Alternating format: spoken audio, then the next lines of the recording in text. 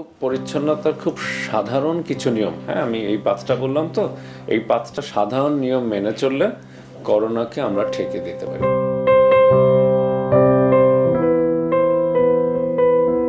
যেহেতু আমার কাছে এখন পর্যন্ত ভ্যাকসিন নাই বা এমন কোনো টিকা নাই যেটা খেলে করোনা হবে না, যেমন পলিও টিকা খেলে পলিও হয় না, হ্যাঁ তো করোনাতে সেরকম কিছু টিকা আবিষ্কৃত হয় নাই।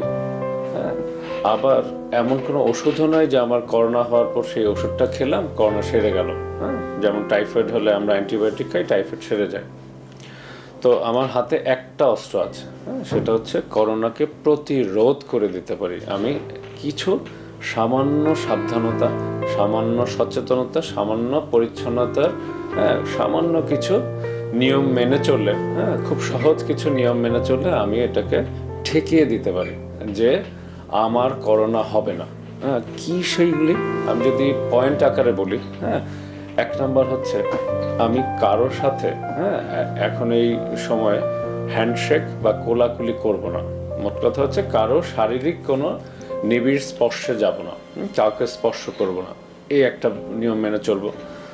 আমার হাতটা আমি বারবার করে ভালো মতো অন্তত 20 সেকেন্ড ধরে ধোবো।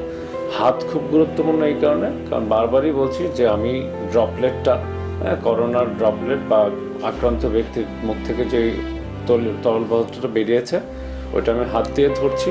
হাত দিয়ে ধরে আমি যখন নাকে মুখে স্পর্শ করছি তখন এইটা আমার শ্বাসযন্ত্রের ভিতরে ঢুকে যাচ্ছে।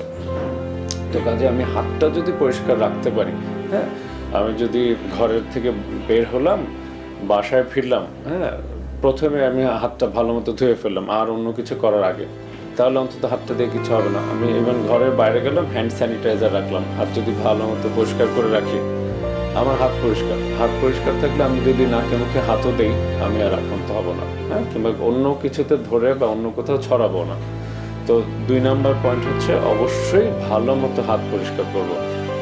3 নম্বর পয়েন্ট, হ্যাঁ 3 নম্বর পয়েন্ট হচ্ছে গণজমায়েত। এখন আমি ভিড়ের কোথাও যাব না, এখন মানে 4-5 জনের বেশি, এখন একটু পাবলিক গ্যাদারিং, বেশি মানুষের কোনোখানে দাওয়াত খেতে যাবো না, কোনো বিয়ের সাথে কোনো অনুষ্ঠান যাব না, হ্যাঁ এমনকি কেউ কেউ বলছে যে ধর্মীয় উপাসনাগুলোতে এখন ভারত পক্ষে না যাওয়া।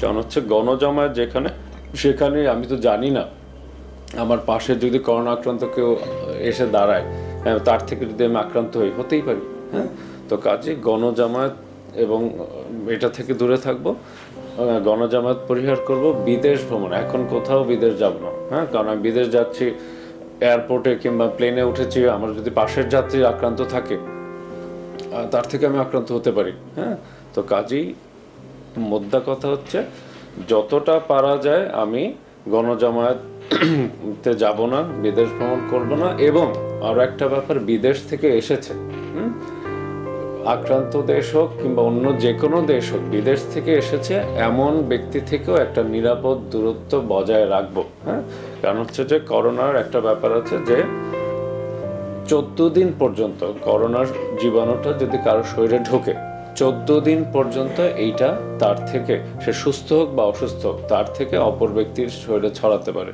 তো আমি যখনই শুনবো যে বিদেশ থেকে কেউ এসেছে, ধরলাম সে এখনো সুস্থ, আমি আগামী 14 দিন অন্তত তার কাছে যাব না, হ্যাঁ তার থেকে একটা নিরাপদ দূরত্ব বজায় রাখবো। তারপরে হচ্ছে খাবারটা যখন খাবো ভালো মতো সিদ্ধ করে খাবো, হ্যাঁ তারপরে হচ্ছে 5 নাম্বার, হ্যাঁ কেউ হাঁচি কাশি দিচ্ছে আমি তার থেকে দূরে থাকবো, হ্যাঁ 6 ফিট থেকে 10 ফিট, হ্যাঁ গড় করে যদি আমি অন্তত একটা 6 ফিট দূরত্ব, বাসার ভেতর যদি থাকে অন্তত 3 ফিট দূরত্ব, হ্যাঁ বাসায় কেউ হাঁচি কাশি দিচ্ছে 3 ফিট দূরত্ব বজায় রাখবো। আবার এটাও বলবো যে কেউ যদি হাঁচি কাশি দিচ্ছে সে মাস্ক ব্যবহার করবে, হ্যাঁ কিংবা মাস্ক তাই কিছু কাশি দেবার হাঁচি দেবার শিষ্টাচার আছে, যেমন হ্যাঁ ওইখানে হ্যাঁ এইভাবে আমি কনুই দিয়ে কনুইয়ের উপর হাঁচিটা দেবো, হ্যাঁ পরে রুমাল দিয়ে পরিষ্কার করে ফেলবো, কিংবা একটা রুমাল হাতে নেবো, হাঁচি দিলাম রুমালে দিলাম, পরে রুমালটা ফেলে দিলাম কিংবা টিস্যুতে দিলাম ফেলে দিলাম।